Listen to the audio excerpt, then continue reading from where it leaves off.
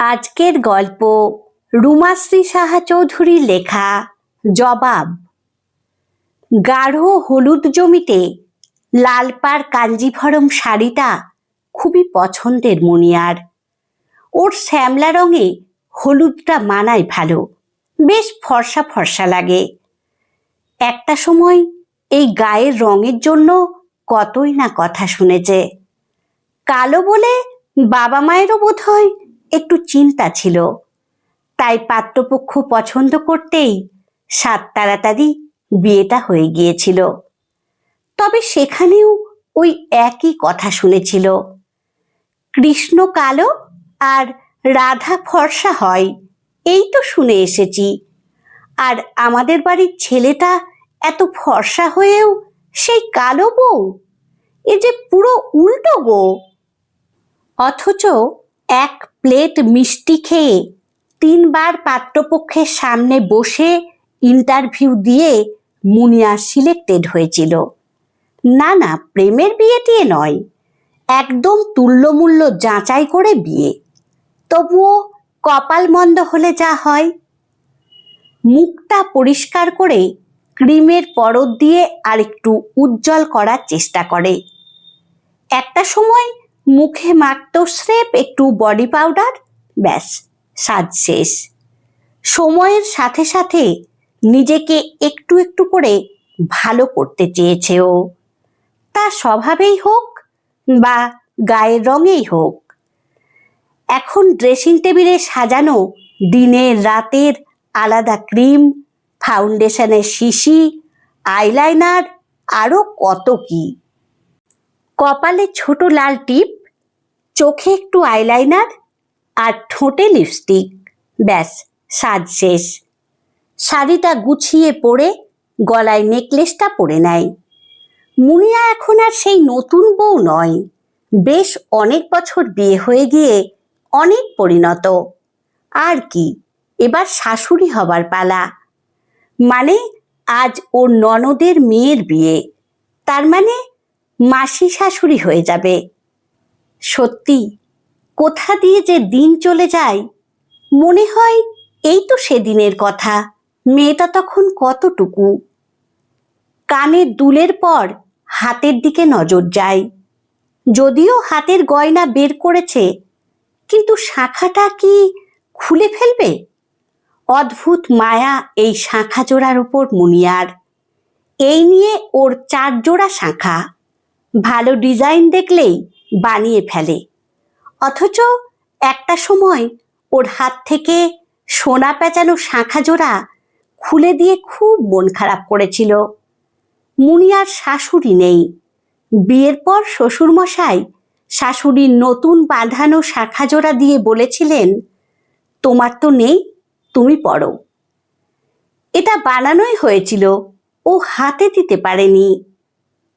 কয়েকদিনের জন্য বাপের বাড়ি ঘুরে আসার পর শ্বশুরমশাই বলেছিলেন, ওটা তুমি খুলে রেখো, ওটার জন্য শোভা খুব অশান্তি করছে, ওটা ওকে দিয়ে দিতে হবে, ওর মায়ের জিনিস। আর কিছু না বলে হাত থেকে সাবধানে শাঁখা জোড়া খুলে শ্বশুরমশাইয়ের হাতে তুলে দিয়েছিল মুনিয়া। খারাপ লেগেছিল খুবই, তবে রাগ হয়নি। এটুকু বুঝেছিল, এই বাড়িতে যে কোনো ভালো জিনিসই ওর নয়। যেটুকু নিজের ক্ষমতায় করতে পারবে সেটুকুই থাকবে। তারপরে চাকরি পেয়ে একটু একটু করে সোনার দোকানে টাকা দিয়ে বানিয়েছিল ওই শাঁখা জোড়া, অনেকটা শাশুড়ি মায়ের শাঁখার মতো করে। তাই অদ্ভুত একটা মায়া ওই গয়নাটার ওপর। আসলে অনেকটা কষ্ট জড়িয়ে ওই গয়নাটার সাথে। তবুও ওটা খুলে রেখেই নতুন বানানো শাঁখাটা হাতে পড়ে তারপর চুপটা পড়ল। সত্যি ডিজাইনটা ভালো বানিয়েছে। ওর বর এসে একবার তাড়া দিয়ে মুগ্ধ দৃষ্টিতে চোখ বুলিয়ে গেল। ওদিকে ননদও ফোন করছে, বৌদি তোমরা কত দূর, এখানে এসে বাদবাকি সাজটা সেজে নিও।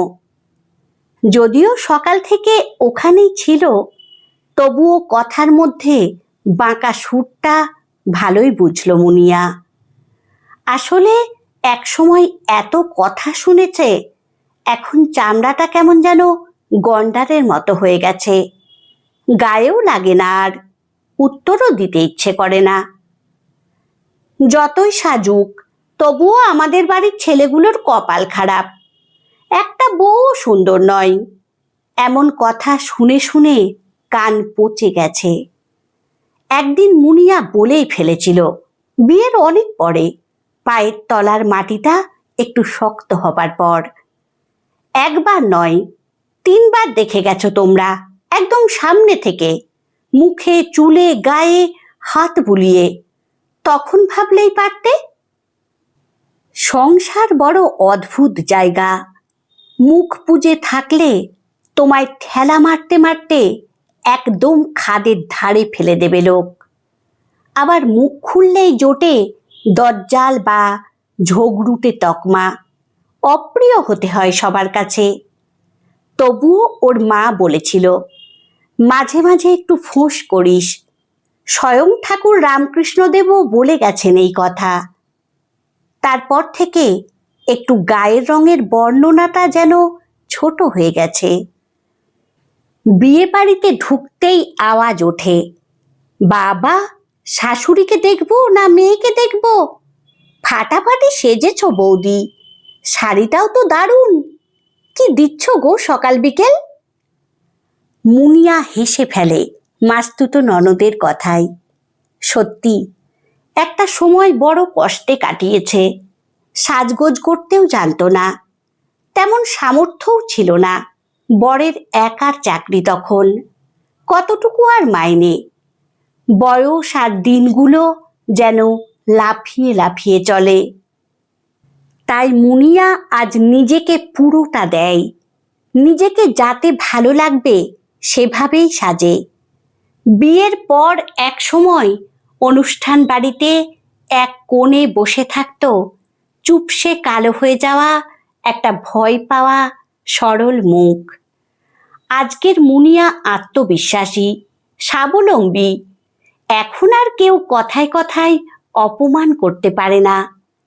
সবারই নজর পড়ে ওর শাখায়। এমনকি ননদও বলে ওঠে, বাহ, কি সুন্দর ডিজাইন, নতুন বানালে নাকি? কোথা থেকে? একটু হাসে মুনিয়া। বলছি, মৌ কোথায় গো? এখনো সাজছে নাকি? আগে ওকে দেখে আসি। ননদের সাথে মৌয়ের কাছে আসে মুনিয়া। খুব সুন্দর লাগছে ওকে সেজে গুজে। ব্যাগ থেকে নেকলেসটা বের করে ননদের হাতে দেয়। যদিও জানে কাউকে কিছু দিয়ে কখনোই খুশির হাসি কারো মুখে দেখার কপাল ওর নেই। আগে মন খারাপ হতো, এখন কর্তব্য ভেবেই করে।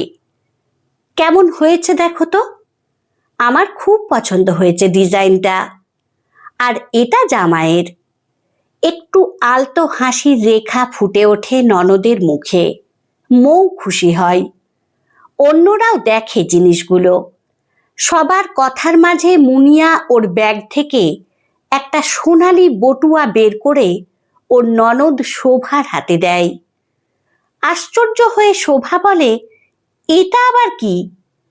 হাসে মুনিয়া, খুলে দেখো। বটুয়াটা খুলে শোভা আশ্চর্য হয়ে যায়। এটা তো একদম তোমার শাঁখা জোড়ার মতো। কার এটা? এটা তোমার জন্য বানিয়েছি। মানে একসাথে দুজোড়া বানিয়েছি। আমি জানি তো, সবসময় আমি যা পছন্দ করি সেটাই তোমার ভালো লাগে। তাই তোমাদের 25তম বিবাহবার্ষিকী উপলক্ষে আমার আগাম উপহার।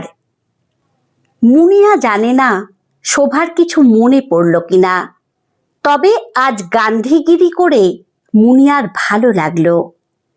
কিছু জবাব সময়ই দিয়ে দেয়, আর কিছু জবাব দেওয়ার জন্য একটু ধৈর্য ধরাই বোধহয় ভালো। আমার গল্প পাঠ যদি আপনাদের ভালো লেগে থাকে তাহলে লাইক, কমেন্ট ও শেয়ার করে দেবেন। ধন্যবাদ।